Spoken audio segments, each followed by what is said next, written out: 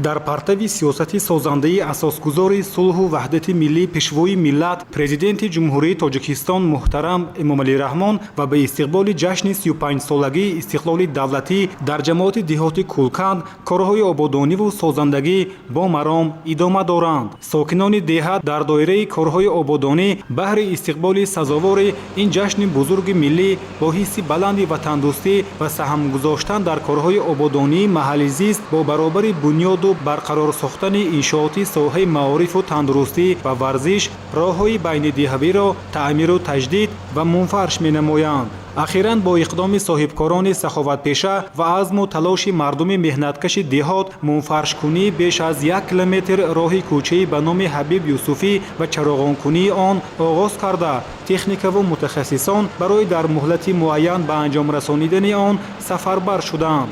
Сокинон бо рӯҳияи баланд дар корҳои созандагӣ фаъолона иштирок намуда барои ободу зебогардонидани маҳалли зисти худ саҳми арзанда мегузоранд.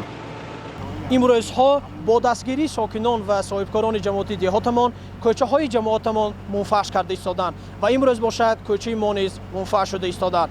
Албатта ҳама ин дастгириҳо, ҳама ин пешравиҳо, ҳама ин ободонии ҷумҳурии Тоҷикистонамон бо дастгирии хиратмандонаи пешвои муаззами миллатамон ҷаноби оли муҳтарам Эмомалӣ Раҳмон истиқлолият ва фазои сулҳу суботи кишвар мебошад. Мо ҷавонон дар ин ободонии кишварамон фаъолона иштирок дорем.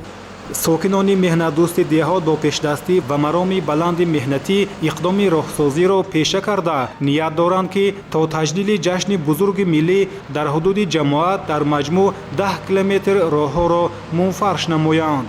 албатта дар ин амали нек саҳми соҳибкорони бо ҳиммати деҳа хеле назаррас буда бо мақсади сазовор истиқбол гирифтани ҷашни фархундаи 35-солагии истиқлоли давлатии ҷумҳурии Тоҷикистон онҳо дар ҳамкорӣ бо мақомоти маҳаллӣ дар иҷрои дигар корҳои ободонӣ низ саҳми арзанда мегузоранд. бахшида ба 35-солагии истиқлолияти давлати ҷумҳурии Тоҷикистон 125 иншоотҳои ҷашни банақша гирифта шуда ки ин то ҳол 117 адади он ба иҷро расидааст ки дар боқимондаи онҳо корҳои сохтмонӣ идома доранд. яке аз инҳо мунфаршкунии роҳҳо мебошад ки дар кӯчаҳои Ҳабиб Юсуфӣ 1-2, кӯчаҳои Меҳнатобод, кӯчаҳои Фирдавсӣ, кӯчаҳои Лоҳутӣ зиёда аз 5 километр паҳноишон 4 метр банақша гирифта шудааст, корҳо давом дорад. боқимонда банақшаи гирифтаи мо 10 километр дигар ба роҳ мебошад ки онҳо ҳам рӯзҳои наздик анҷом дода мешавад.